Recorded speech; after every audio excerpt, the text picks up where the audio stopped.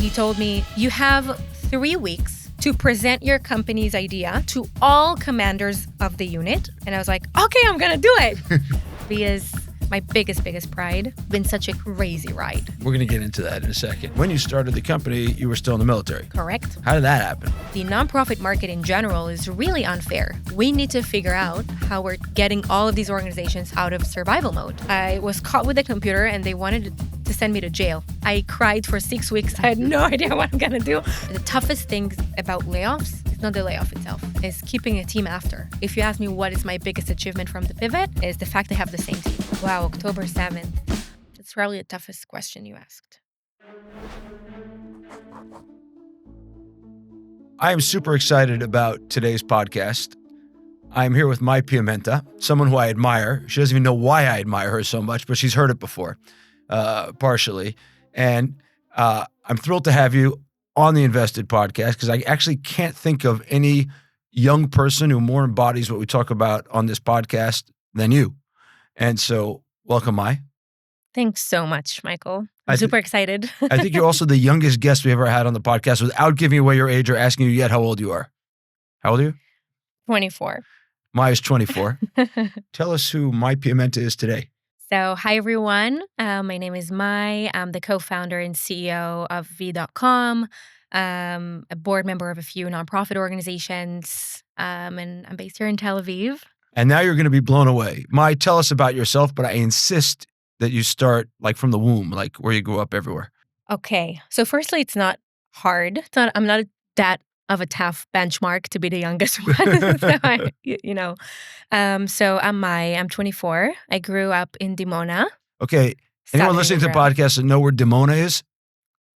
The silence is nobody knows. So tell everyone where Dimona is. So Dimona is a small town in southern Israel, but it's probably the best city in the world. I love Dimona. It's contains like 40,000 people. I grew up in Dimona. I'm the oldest sister out of 3 siblings. Amazing parents. Dimona is you get down to Beersheba in the desert, more or less. Then you make a left turn, kind of, and go east. Correct. And then you see desert around, and there's more desert, and then there's Dimona. Correct. Of 40,000 people. Yeah. And that's where I grew up. Yeah. It's not a high-tech hotbed. Would you agree? Oh, no. It's not a high-tech hotbed. But Yossi Benayoun went out of Dimona. Yossi Benayoun, who is? Famous music star? No, football. Oh, football player. Sorry. That's another Benayoun. You say, I don't know anything about pop culture, which is going to make this conversation interesting. That's Amir. Amir Benayoun. Sorry. Okay. And so you get to the middle of Dimona and there's like nothing there. One of the last times in Dimona, there's something called Shchunat HaNitzachon, which is called Victory Square. It looks like it's a victory from, the Soviet era. Oh, yeah. Yeah. My mom there's like grew a up. big block. Your mom grew up in there. Yeah. Shchunat HaNitzachon. And just to paint this picture for everybody, it's a full square block, actually 2 full square blocks. Correct. With Soviet style square buildings with a big courtyard in the middle, which is just concrete, basically. Correct. Right. Looks the same. Looks exactly the same. Okay. And you grew up there, not a high-tech hotbed. And now tell us about your high school days and what you started there. So I think it actually goes even before that. Okay. When I was 8, my best friend, Amit, passed away from cancer. And she was the most important part of my life. When she had her leukemia, she couldn't take any medicine, doing anything without Mai. She needed me next to her, and we were super close. We were living, one next to each other since we were born. And when she passed away, it was like all of a sudden she had no severe changes in her condition. And after she passed away, I just knew I'm gonna do something about it, but I didn't know what. I was super young. I was 8. When I turned 13, I read a book. I think it was called "The Fault in Our Stars" or something like this. And she spoke in the book about how tough it was to have no hair and how it was super tough for her socially. And that was the first time I thought about how it was for Amit. I think it was a week after I read the book, I saw an article in Dimona's local newspaper, any fancy newspaper, where they invited girls and young women to come and donate their hair. So I went and said, okay, I'm going to go and I'll see, like, how hard can it be? And I went. The problem was I didn't have enough hair to donate. So he said, I'm going to do this long braid and I'm just going to shave the rest. And I said, okay. And I left the room with no hair. And that was the first time I was so proud of myself because I said, wow, this is how Amit felt. And I felt like I knew what she went through. And I knew she's proud of me. But as a little girl, it was super, super tough socially. I felt like what she said in the book. And just to be clear, you shaved your hair to donate it to cancer patients Correct. so they could have hair, right? Correct. Time passed and I had to switch and move to a different school, specifically because kids were evil and I had to switch to a different school. You were being bullied for shaving your head and giving Yeah. your hair to cancer patients. Yeah. Back then it was such a disaster for me. I didn't know what to do. And the only option I saw was I need to leave this school. But now I really don't care why they did it. And it's like, to me, it just built my character even more of when I do good things, I need to be proud of it no matter what. And I'll tell you a story. The inspiration for me, my inspiration, I had two role models in my life. One is my mom. She's the kindest person on earth. By the way, she hosted all the evacuees from Otef Aza in her hotel in the Dead Sea for a year. Wow. And she became one of the kibbutz. Like, she became the kibbutz member. They wanted her to move to the new kibbutz with them.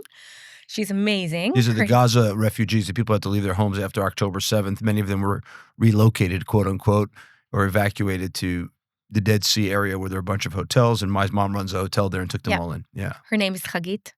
My other role model is my grandfather. He passed away exactly a year ago, a month after October 7th. And my grandfather, his name was Joshua. He was the world for me, and he was the deputy mayor in Dimona. And he was doing only tzedakah. Only charity. Only charity. Yeah. All the time. If you're the deputy mayor in Dimona, I should say everybody knows who you are. Yeah. I've actually been down there, met the mayor, Benny Biton, and everybody, he's like Superman of Dimona, so to speak. Everyone knows who he is.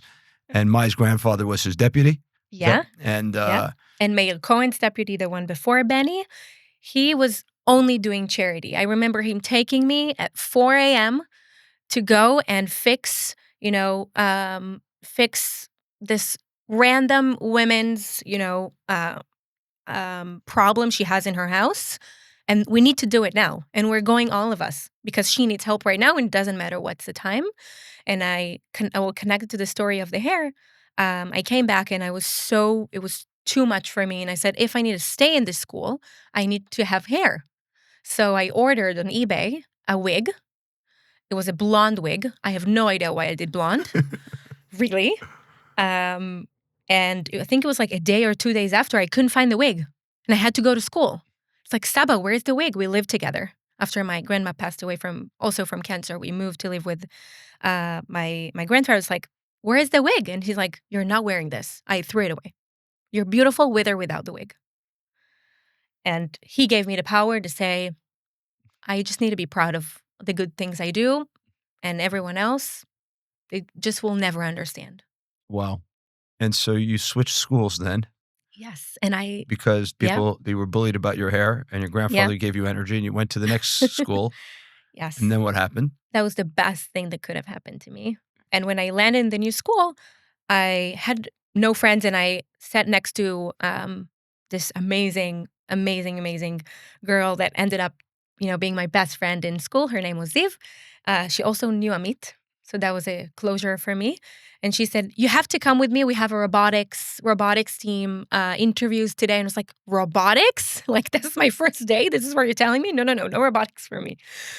And I came. Long story short, I joined the robotics team of the school. The robotics team is part of a huge competition of an amazing organization called FIRST, American nonprofit organization that runs robotic competitions all around the world. Joined when I was 13, ended up being and leading the team with Ziv, and the rest of the team to be semi-world champions in my last year, representing Israel, representing Dimona. And now I've been mentoring the team since, like, up until now. And where did you go to as part of this team? Detroit, Houston, Texas, like, Which was like a whole complete new world to me. And also English, Michael. English. It was so, unique to know English where I grew up. Like, to me, when I go in Dimona right now, when I go to Dimona right now, people are like, "Who here's the American?" It's like, yeah, but it really was such an amazing, pedestal for me from where I started to what I became. And I had a mentor in the team called Etty. She's the woman who made me who I am.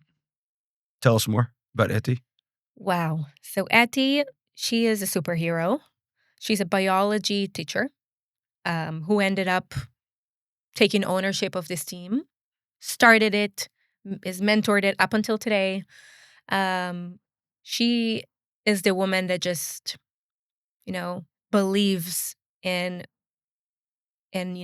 kids that nobody else believes in, and she gives us so much strengths, and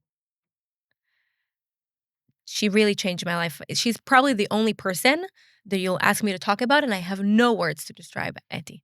I find it fascinating how we meet people through our life, particularly kind of unique teachers after a bunch of bad educational experiences, and that kind of one person who's there can literally shift you. For me, and people have heard this before, there was a rabbi named Rabbi Michael Hecht. He's not very well right now, who was a person like that for me in the 11th grade.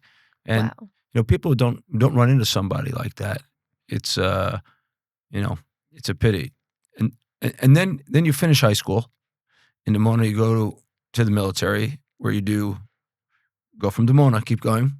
Yes. Actually, before we go to the service, I think a big part of me and a big part of my journey was actually Pineapple, my first business. I was going to come to that afterwards, but you can go to it. Oh, Go ahead. no. So we can definitely go to the army, but Pineapple also was a huge part of me. How old were you when you started Pineapple? 14. Okay. I thought you were 16, but I'm glad to hear it's 14. Go ahead. Yeah. Okay. I actually sold Pineapple just a month before I turned 17. Mm-hmm. So Tell everyone what Pineapple was. So Pineapple was an e-commerce shop for swimwear and, beach, equipment. For those who don't know, Dimona is nowhere near the beach. Oh yeah, Right? yeah, no. Go. There are sand dunes around, but there's Yeah, no beach. Yeah. no beach, no beach. So it was just a regular day in the mall, in this small Dimona mall that everybody knows because everyone stops there before as they drive to Elat. Yeah.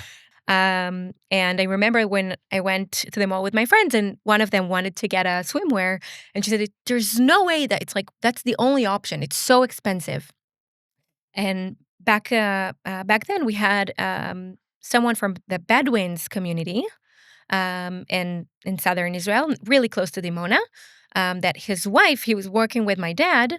His name was Munir, and his wife was a sewer. And Seamstress. yeah. Yeah. And when I met Munir and she came, she used to come to us once in a while, and she said, I asked her, "Look, Shafira, like, is there a chance you can like make 5 swimsuits, like pairs of swimsuits that I can give my friends for like 50 shekels?" And she said, "Yalla, okay, let's do it." We did 5, and then we did 10, and then we did 20, and then we did 50, and it was exploded in the school and then exploded in the city. And I said, okay, I need to build a website and let's start, and I used Wix. I remember going on Zooms with Nir Zohar. The president of Wix. But like 10 years ago. Yeah, when he was still sitting like on a porch on Hashmonaim Street in Tel Aviv before Wix was a something. Yeah. Giving me a demo of Wix. I was one of the first businesses to use their, payment systems, and it was amazing. And this is how I built Pineapple. My uncles did deliveries for me all across Israel. And when I turned, I think it was 16 and a half, I wanted to really focus on robotics. And I said, okay, I need to finish school properly. I wanted to reach a good unit in my army service. And I said, okay, I'm gonna give up a pineapple, and I sold it to an amazing designer. Now she's part of 24/7. I don't think pineapple works since 2021, but it was such a beautiful first business Why did you call experience. it pineapple? That was the first thing I saw in the logo maker. Honestly, I'm really not a name person. People ask me, "Why did you call VV?" And I'm like, I really don't remember. Mm-hmm. And now, what did you do in the Army then? So I served in an amazing unit. I served combat. I know I don't look combat, but I Yeah, did combat. you can't see, but this is not like, but you can see my face, but she doesn't exactly look like your prototypical combat soldier. Yeah. Um, Maybe with the shaved head you would have, but so actually my family is all about Israel. So my dad is also a Nechei Tzahal. a Uh, wounded veteran. yes, so he was injured during his training. He was shot in the leg, and he still has severe injuries since then. So to me, it was a no-brainer. I'm doing combat. It was clear that I'm choosing the hard way and I'm doing something meaningful. And I served in a unit that is called electronic warfare. Cannot really elaborate a lot about That's my okay. service because it's really super classified, but I served for 2 years, 8 months. I really wanted to even do more, but I decided to do and make more impact outside of the military. Okay, now I'm going to pause for a second, ask the question I normally ask at the beginning, but I think it would be impossible for people to understand any answer you would give to this question without hearing your background, which is if I ask you to tell me what is your core value, what is it? The thing that comes up first is, discipline, just to be a good person. Everything we do to do with the people in mind and make sure we do things with honesty, transparency. Ben Adam before everything else to be Be a a good good person. person. Yeah. What drives you every day? It's hard to see you like sitting here, like people don't understand how much energy you have. Yeah. Although it is infectious. Yeah. Um, I know it sounds such a cliche, but to really create the change I want to see in the world. Not just expect it to happen, but really create the change and make sure that less families will need to deal with what a meat's family has to deal with. Um, so kids will not have to go through what I went through, and just really create the world would want myself and my kids and their kids to live in. So your current company is called V. Yes. Why don't you tell us for a second about V? Yes. Wow. V is one of the things that I really my biggest pride. V were changing the world by enabling nonprofit teams and nonprofit founders to grow their teams efficiently without hiring people. So we're solving nonprofits basically their biggest problem, which is hiring and increasing capacity by giving them AI agents that can hire um, just by subscribing to specific and different products and tools from grant writing, social media management, bookkeeping, admin work, everything they need, and they would love and dream of hiring, but they can't. So they take our agents instead. They actually have names and faces, and with V, it's been such a crazy ride. We're going to get into that in a Yes. second. But when did you start V? 4.5 years ago, May Okay. 2020. So you were 19 and a half when you started V. I was actually 20 exactly. I 20 was born exactly. May 2000, Okay. What's your birthday? May 16th. I'm Okay. Taurus. 2 days before me. You're also Taurus. I don't know. I don't know any of these things, but I know Oh. that I'm born on May 18th. I know my birth date. Like I said, I don't know soccer players Yeah. or music or astrology. Not my thing. If my math is correct and you joined the Army at 18 and you served 2 years and 8 months, when you started the company, you were still in the military. Correct. How did that happen? That's a long and super funny story. Okay, we have time. Go ahead. So I wanted to start V years before. When I was in the competitions, I ended up joining First, the organization that runs the competition. One of the founders of the organization, his name was Woody Flowers. He passed away in 2019. He was 94. He was an amazing man. So he wanted me to join the org, and I was really clueless. I was the first and only girl to join from Israel. It was difficult. The entire team is based in Houston. And when I joined the organization, I was, what a mess.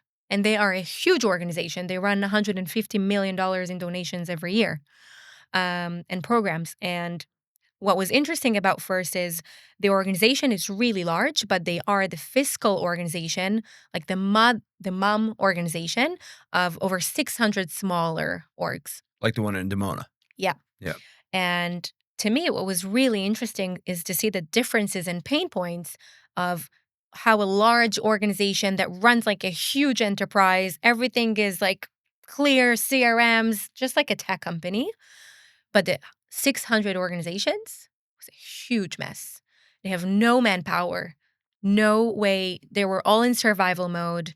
And I was, wow, we need to figure out how we're getting all of these organizations out of survival mode, because the nonprofit market in general is really unfair. You have the large organizations who get all the money, have huge operations, and the small ones are just trying to compete and be right sized to compete against the big ones. And it's so tough for them. So I said, okay, let's see what we can do. And of course, I served, and my military service was really tough. I served 8 months in Mount Hermon. Mount Hermon is like the northernmost mountain in Israel. It's very cold up there. And it's very cold up there, and even snows there. It's actually Israel's only ski run. I wouldn't even call it a ski resort. It's Israel's only ski run with 2 little chairlifts and an army base, and it's cold. People don't realize that about Israel, but it's like 4 or 5 different climates in this tiny little country. Yep. Yeah. Okay. I started the company when I was in the Hermon and had this amazing commander. And he said, you cannot bring a computer here. You cannot. It's intelligent based. You cannot bring a computer. And when people tell me I cannot do something, I do it. So I brought the computer, and then he said, if you want to continue doing this, you need to work outside of the base. You cannot go in with a computer. That was the first thing he told me. The second thing was, if you're going to continue doing this, I will have to discharge you from Mount Hermon and move you to the center of Israel. And I was like, yay, I really want to get the hell out of here. So I kept on working on the company. So I brought the computer again and again, and he ended up moving me to a different role. So I ended up moving to the center, to Tzrifin, a different base. The problem was Tzrifin was the base where the manager of the base and the manager of the unit is based. So I came with a computer again, and he was like, "What are you doing? What do I have a computer, a civil computer here?" He's like, "What? I have an approval. Approval from who?" And then I was caught with the computer, and they wanted to send me to jail. It's like, you cannot come with this. This is a felony. You're going to jail. I cried for 6 weeks. I was shitting in my pants. I had no idea what I'm going to do. The last thing I want to do is go to jail, and I'm such a nerd. Like no one can send me to jail. I'm going to freak out. So I went to the unit's manager, the unit's commander, and I came to him. I was like, Yaniv, I don't know. I'm sorry. I'm never going to come with a computer again. He was like, no, sit down. Tell me the vision for your company. He's a father of 4 girls based in Kiryat Gat, not far from Dimona. Not far from Dimona. And he believed in me. You spoke about people we're meeting. Yeah. It's all people at the end of the day. And he told me, you have 3 weeks to present your company's idea to all commanders of the unit, all officers of the unit. They all need to give me a recommendation letter to let you come with a computer. And I was like, okay, I'm going to do it.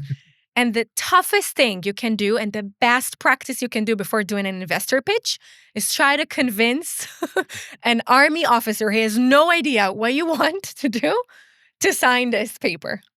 So I went and I got 36 signatures in 3 weeks. I drove to the Hermon, I drove to Beersheba, I drove everywhere, but I got the signatures and everybody knew what I'm doing. At the end, like at a certain point, it was like, okay, just tell me what I need to do, just stop. And I came back to him, like, Yaniv, Magad, the commander, here are all the signatures. It's like, I already got the approval. I just wanted to see if you're going to do it. That's actually only an Israel story and only in the Israeli army story. I think every other army in the world, you would have been out and probably in jail. Oh, yeah. Yeah. So that was how we did it. And I started gathering my co-founders and the first team, the initial team, when I was still in the army. I used to drive to Sarona. Center of Tel Aviv. The center of Tel Aviv. And, you were talking to me about, did I travel and did I go to the States before? I've never been to Tel Aviv. And I used to drive from the base to Sarona, from the Hermon to Sarona, change, and then meet investors, go back to my uniform, and I had an M16. And then I had to go back to Dimona. So that was my routine for probably 3 months. At a certain point, I said, okay, I need to stop driving so much because it wastes all my entire day. So I posted a Facebook post at a group of, hey, I'm a soldier from Dimona. I'm building a company. I'm serving in the center. And I like once a week, I go to Mount Hermon. Can anyone adopt me? And I was adopted by a family in Esiona. I lived in their base for 6 months. In their house, basement. Yeah, in their basement, for 6 months. And thanks to them, Vee was established, basically. So what a story. Yeah. There's another one. We have Eti, we have Yaniv, the commander, and now we have the family in Estiona. Family David. Family David in Estiona. Yeah. Incredible. Okay, now, for those who don't know, many Israelis who go through the military take a tour. They go to South America, the Far East, wherever, sometimes America, after the army. You didn't do that. I did an investor round. You did an investor tour. Yeah, you did an investor tour. Yeah. Why'd you give up on the tour? It wasn't an option for me. Not an option. Why? No, because I knew my mission now was to build Vee. Your mission is to build Vee. Yeah. You're going to build Vee. Yeah. And it's going to be successful. Yeah. Okay, now, I asked one of your investors, Amir Shvat, and Daniel Bernard, both of whom I know. And I said to them, give me a question to ask Mai. And here we get into the kind of roller coaster. And so they said, and I met you early on in your journey. And so you've been around this space of nonprofits since the beginning of the company. Correct. But you took the AI thing and pivoted. Correct. But you didn't just have to pivot. You had a bunch of disagreements along the way. Correct. And you had to lay off a lot of people. Mm-hmm. Can we talk about that? Of course. Go for it. So when we started Vee, we started with, as you mentioned, a complete different path. We started with a different service, and we wanted to all for nonprofits. It should be said, and for raising money for nonprofits and helping them scale up. That's always been the mission. Correct. Yeah. And when we pivoted, we had runway, and we could pivot. We could have enough time. We had enough time to complete the pivot successfully, which we eventually did, Baruch Hashem. But we did it because we did the layoffs, and the only term and condition I gave to myself and my board members is, I'm not changing the mission, and I'm not changing my core management team. If I'm going to do this, let's close the company, because that will be a different company with a different mission, with a different core team. So we started with a complete different service. It was a manual service, marketplace, super hard to scale, in person. We wanted to give nonprofits and solve the same problem, basically manpower with actual manpower and not AI. And we, after a year and a half in the market, we saw how difficult it was for us to scale it. We had over 13,000 nonprofit organizations on our marketplace and over 600 employers. And if I remember correctly, what the marketplace did was companies that wanted to engage with nonprofits, either for CSR or for other things, they could kind of connect through the marketplace to nonprofits, and they would run activities for the people. Yeah. Some of it during COVID even happened online, and some of it happened in person. Correct. So, and I think something that happened to us was, because we started during COVID, all the, skilled-based volunteering opportunities and everything was virtual. So it scaled so quickly, but then Then COVID ended and it ended. became hard to scale. You have to move actually human beings around somewhere. Yeah. People wanted to see other people. Yeah. And Yeah. then you have to cover insurance. Right. And then we had other problems that we didn't expect. And to me, it was very clear. We started getting emails and requests from customers. Hey, we need to cut off the contract by 75%. It's like, what happened? Like, you're engaged. They're like, yeah, but we're laying off our staff. We started getting emails from huge companies in the Valley asking to cut the contracts. And it was like another one and another one and another one. And we were the first thing to cut. Yeah. We weren't a must have. And we knew it from day one. And then we said, okay, so all the HR budgets are being cut off. And the problem we had is we're not an employee CRM that even if they lay off people, they still need to keep it. Right. We were user-based. So if they laid off 75% of the staff, even if they really love us, they still need to cut 75% of the contract. So the model didn't work and it wasn't scalable. So we said, okay, we need to pivot. Easier said than done. And I know it sounds bad, but honesty is everything to me. It wasn't a choice, Michael. It was very clear this is what we need to do. This choice and this decision had various things that were very difficult in it, like laying off my co-founder and my uncle, Gili, the best person on earth, my first co-founder. How did that conversation go? Amazingly. Yeah. I know it sounds so weird, and people was like, yeah, she's lying. But I sat with Gili, and it's like, Gili, we need to break up. And he's like, if you did this conversation, you'd be able to do any conversation in life. And you need to be the prime minister of Israel. And I said, don't exaggerate. I need to lay off 45 other people today. And I remember this, it was Rosh Hashanah, the Jewish New Year. Jewish holiday, the Jewish New Year. And I called Jacob, our first investor from Horizon Capital, said, Jacob, we need to talk. I think we need to lay off everyone. He's like, Ma? Like, what? It's like, yeah, I think we need to lay off everyone. I know it sounds impulsive, but I see the data and I feel my gut. We need to lay off everyone. It's like, everyone. It's like, everyone. We were 56 employees back then, and we turned out to be 6. Everyone. So we did it in 2 batches. So it's not going to be too impulsive, and we will still have, a chance to keep the business. We had quite a significant ARR back then. So we said, okay, let's start with just cutting off growth. So we cut off growth first.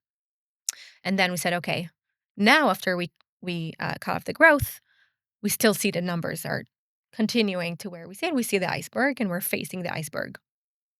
And this is where I said, okay, now we're going to lay off everyone. And then he said, okay, what about, like, who are you talking about? And then I sat with Emil, and he helped me to gather a list. And he gave me a really good advice. He told me, imagine tomorrow morning, everybody in the company are giving you a resignation letter. Who are you keeping? It's a famous Netflix idea.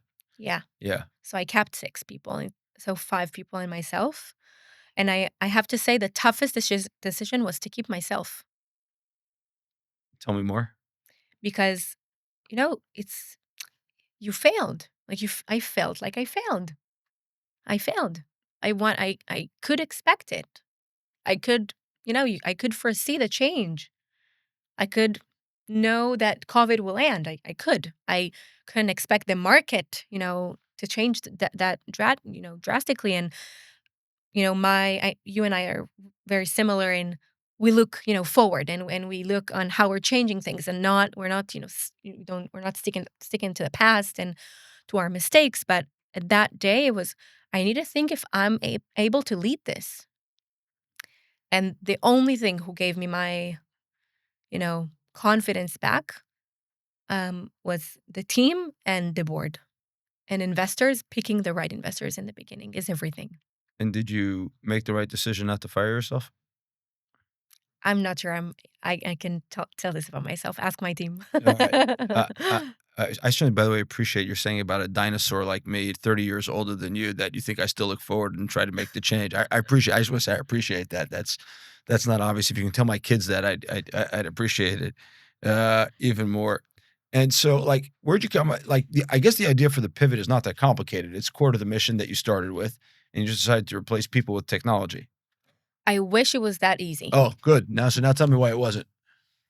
So when we wanted to pivot, we started, I think the best thing we did is we questioned everything. Mm-hmm. We questioned everything. We questioned the market. We questioned the team. We questioned the model. We questioned everything. Mm-hmm. Um, and when we did so, we could really see everything objectively and say, Mm-hmm. okay, now let's pick the right path. And we have enough time. We had a year and a half of runway Mm-hmm. to pivot, and do it, the right way and do the right market research and connect well with the market.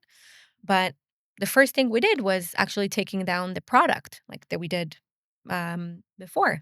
And it took us 5 months from October when we did the layoffs to March when we took down the product. And up until March, we were rolling around thinking of other ideas, thinking of other things to do. And when we took down the product, a magical thing happened. We took down the marketplace, and I started to get emails, sad emails from the nonprofits that were on the marketplace. What are you doing? You're the only people we had. Can we meet? And Michael, end of February, I spoke with Jacob and I told him, I don't know what we're doing. I'm trying. We tried 6 different ideas. I don't know. And whoever says, you just need to be strong and you don't it's BS. Sorry for the word. It's okay. Yeah, I was super depressed. I want everything to work out. And the toughest thing about layoffs is not the layoff itself, is keeping a team after and making sure that they will not leave, that they will stick, that they will continue, they will have the energy to rebuild everything. And if you ask me what is my biggest achievement from the pivot, not the 6-figure ARR we have now, is the fact they have the same team. And the investors continue on investing in the company. How many people do you have now at the company? 35. 35. And how big is the growth now? What's the annual growth? What rate? Yeah. We did 10x this year. 10x. And next year? 5x. 5x. You see it coming? Yeah. Now it's numbers game. Yeah, but it raises the question, like, is nonprofits a good market segment? Like, is anyone going to pay you actually for AI agents in the nonprofit world? Like, they get their money from donors and, like, there's no money there. So I think, that was my biggest question. Yeah. And also in the The previous original model, product, we should say, the previous product, we didn't monetize them. Right, you monetize Right. the companies. And I remember you telling me early on, don't monetize the nonprofits, monetize the companies. But here you are Correct. monetizing the nonprofits. And it just actually shows how doubtful I was from charging them. But today, they pay us, every single one pays us 5 to 6-figure contracts. Wow. And How much is it saving them? much more. Much more. So, we actually started working with Niveau, with Abby. Niveau is a nonprofit that I started and chaired to help new immigrants to Israel, people who make what's called aliyah, to integrate and get ahead in the tech ecosystem here, right? So Abby, who Maya is referencing, runs it. Yes. Go ahead. Abby is amazing. We agree. So I feel, when we started, we wanted to really see how we're doing something that will be must-have, money they already spend. We're not coming in with something else that they now need to get used to or be educated on. Money they already spend. And this is how we also prioritize our agents. We prioritize our agents based on the things that they pay for quite a lot and they want to save, but they're not going to save by, paying a 5 or something else, but actually dramatically save and drastically save with working with us. And this is how we ended up going to the payment world and the grant making world and all the things that actually the revenue streams in and out are very clear. And eventually when you look at the market, yes, you have, you have a bunch of small, super small moms and pups organizations that, you and I can talk about, and they're probably not going to be a stable customer. They're more of like B2C. So we're not working there. You have the big ones Mhm. that have a huge team, like First, and this is where the game will be more of like co-pilot assistants, and this is where they're gonna probably go to the Canvas of the world, and Mhm. we'll have to be very, very good in what they do in order for them to pick us over others. And then you have 350,000 mid-market ones that are not here and not here. There are 3 to 5 people on the team. They don't have enough money to hire, but they're not too small. And just in this market segment, you have almost $8 billion on potential Wow. annual revenue. What's your favorite agent? I cannot pick. It's like picking between my kids. You don't have kids, so you can pick an agent. I have a dog. That doesn't count. Ugh. I really love Maggie and Grant. Today, our core revenue comes from Grant. Grant, he writes grants? He writes grants. He takes Grant, down. Grant the grant writer? Yes. Okay. Yeah, now we have Penny, the bookkeeper, because it's Penny. Oh, It's really smart. We have Donna, donors. She's also, redhead. So, we had to because of Suits. because of Suits? Suits, the TV show, Michael. Donna. I told you, I don't know musicians and I don't know soccer Michael, you teams and I definitely don't have know TV shows. homework from today. I don't have a TV. Okay, that's a complete different conversation. You have a dog and a TV. I have 8 kids, Oh, yeah. Okay, yeah, that's fair. That's fair. That's fair. Yeah. Okay. So Noam Mendelsohn, No. yeah, you're VP of Revenue and Growth. You must be doing a good job. And he asked a really interesting question. And I had the CEO of Wolt, Lior, sat in this seat a few months ago. And I should have asked her this question, but I didn't. So he wanted to know how has the industry evolved for a female CEO and founder over the last 5 years, like from when you were 19 and a CEO? I think I'm the opposite of what other women will say in the industry Go ahead. because maybe it's just me. I don't know. But I saw many women, talking on stages and saying, yeah, we're a minority. We we need to work harder. I don't think so. Everyone needs to work hard. Like, and to me, yeah, I feel like I'm like a street cat. I don't know if I can say that in English. You can? Um, but Alley cat. yeah. Yeah. I feel like to me, the world is, if the door is closed, I need to I need to find another way to get in. And yes, there are differences. There were differences when I started. There are differences because in the industry in general, it doesn't matter if I'm a CEO or VP sales or VP R&D, there are less women. My management team is 4 women, 3 men, and I insisted on it. But I feel like to me, the thing that has changed is there is more awareness, I feel. Like people are intentionally prioritizing hiring women. I think the awareness on salary expectations is super important when Mhm. I interview women and they come to me and they expect like something ridiculously lower than what I think they should get. I tell them like you're worth like 5,000 shekels more. Why are you asking for 20,000? But to me, I feel like I'm the opposite. Maybe it's a bit controversial, but I feel like everyone needs to work hard Why do you think you're different in that way? because I felt like every time I was interviewed in a panel around this question, everything was really apologizing and yeah, we're women and we need to. It's harder for us it's harder for everyone. I feel like my um, you know men CEOs, they don't work any less harder than me, but yeah, their network is better because they went to Shmonem Matayim and they know a bunch of people. But maybe if I would go to Shmonem Matayim, I would have the same network. I don't know. To A200, the Yeah. intelligence unit. But so to me, I'm a woman. It's part of my facts, good and bad. I don't think that anyone either invested in me or chose to work for me because I'm a woman. And if so, I'm happy. I think I would love to work under an amazing CEO I admire. It doesn't matter if it's men or women. What about being young? Did anyone ever, it's the wrong term, discriminate against you or kind of go, Yeah. yeah, Yeah. tell me. Age doesn't matter. And I understand why. Go ahead. Experience is important. I don't blame them. Experience is super important. When I hire, I look for experience, people who knows what. What's more important, ambition or experience? Ambition. I also hire by talent. You hire by talent, not Yeah. experience. Yeah. So why do you think it's okay that they said you I don't don't have think enough it's experience? okay. Okay. I don't think it's okay. I think, I would not, I'm not blaming them. I feel like I understand why age can seem like, oh, she's young. Like she doesn't have Right. experience. I need to put 12 million, 14 million, $20 million on her. Like, how can I make sure she'll do a good job? Yeah. Fair.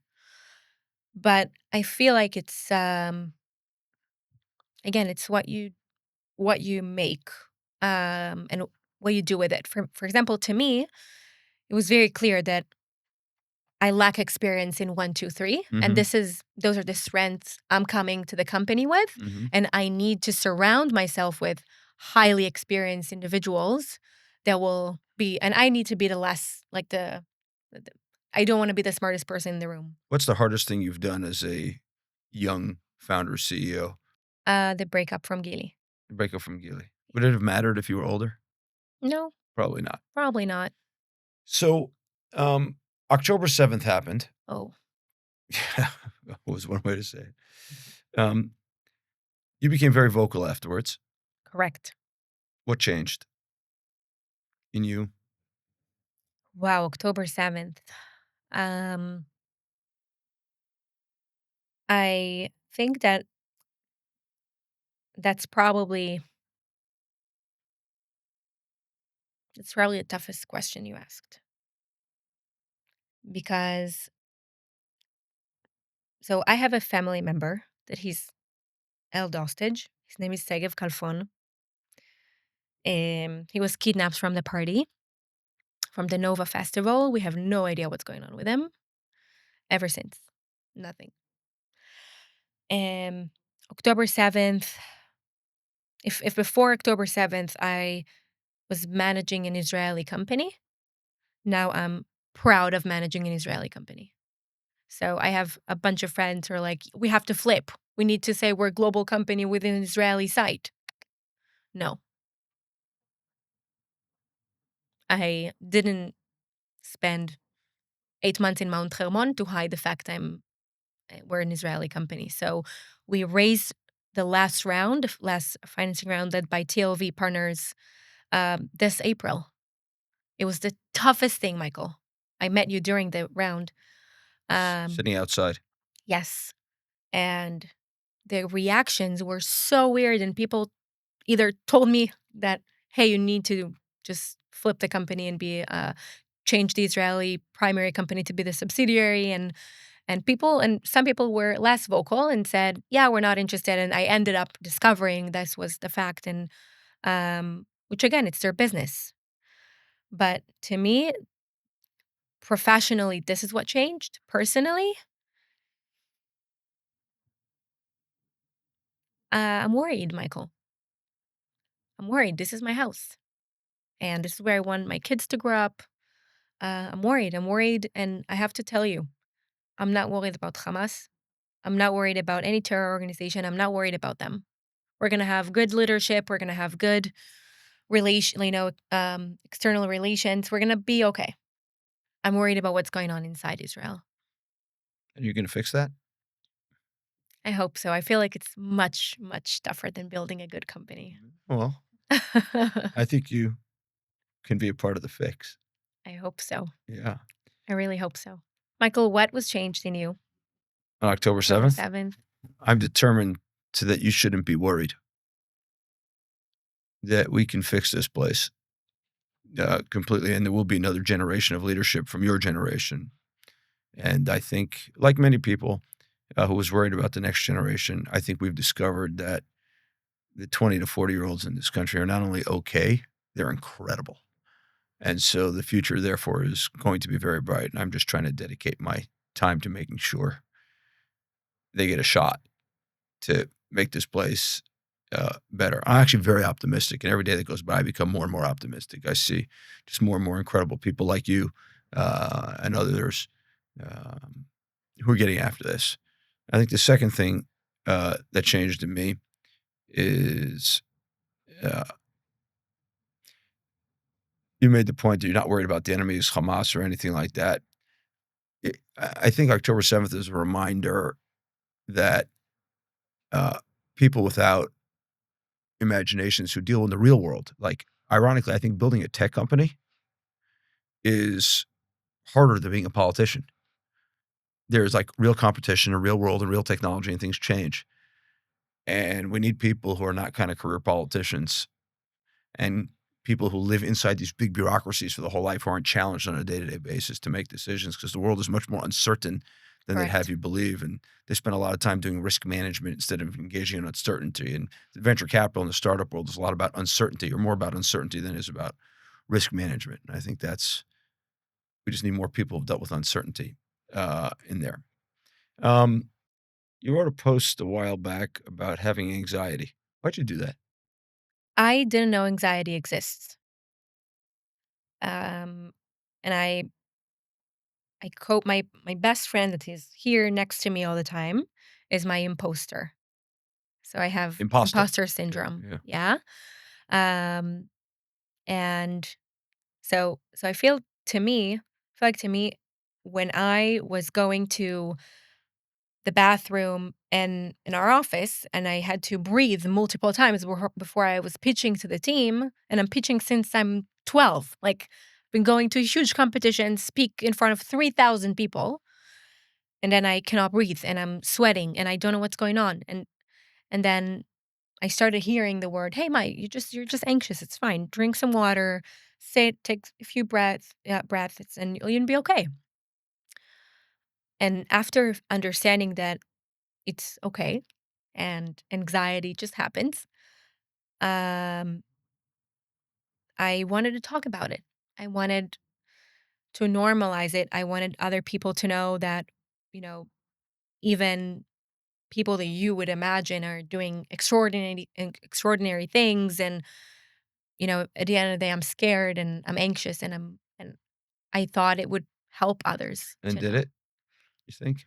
I got I think that's the post, and I've been out there since the beginning. That's the post that I got um super personal reactions from other founders, 20, 25 years older than me, and ones that just started, who said, "Thank you for this one," because, they actually spoke with me, "My, how are you coping with this?" It's like, I have Tipalex in my bag.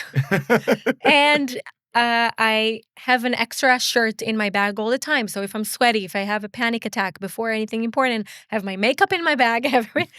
I just know it's with me. So Okay, who do you wanna say something kind about? These are my new finishing questions. You're the first ones to get it. Who's someone in our space that you'd like to say something kind about and you think should be getting more attention and it isn't? wow, that's such a good question. In our industry. So I know it sounds weird because you mentioned him, but Amir Shvat. Yeah, he's a terrific guy. Emil, Amir is one of those people that you just really want to be around, and Yeah. he will be so um, you know, unbiased and supportive no matter what. Um, and Emil, throughout the pivot, every conversation I had with him, and I was freaking out, and I was like, "Amir, how am I gonna do it?" And he told me, "My, like, everything it will be just fine, and I'm here for you." And Amir, has been leading amazing product teams, and he's Mhm, been, around and working in Twitter mhm. and Slack, and his record is incredible. But he's such an amazing person, and he always has time to help other founders, even if he's an investor or not. So yeah, I'd pick Amir. My last question for you, what is the strongly held opinion that you've changed in the last year? Wow. Um, my strongly held opinion. I changed. Probably would be. Can it be like a decision I thought I would make and It's an changed? open question. Go ahead, Mai. I thought I will leave Israel for many years. Like leave, like relocate outside of Israel Yeah, for many years. And now I don't think I'm gonna do it. amazing. If you're listening to this podcast, by the way, I think you'll agree with me that Mai is quite an inspiration. Thank you. I've been waiting for a while to do this conversation with you. Wanted to get it done after you had not only pivoted, I mean, forget that, but you start to gain some momentum on the new Yeah. business. Yeah. I think everyone who's listening will join me in wishing you not only good luck, but much success and fortune in changing the world, which is what you're doing, using AI in particular for an incredibly good purpose. And your journey since you're a little kid um, is, I think, quite remarkable.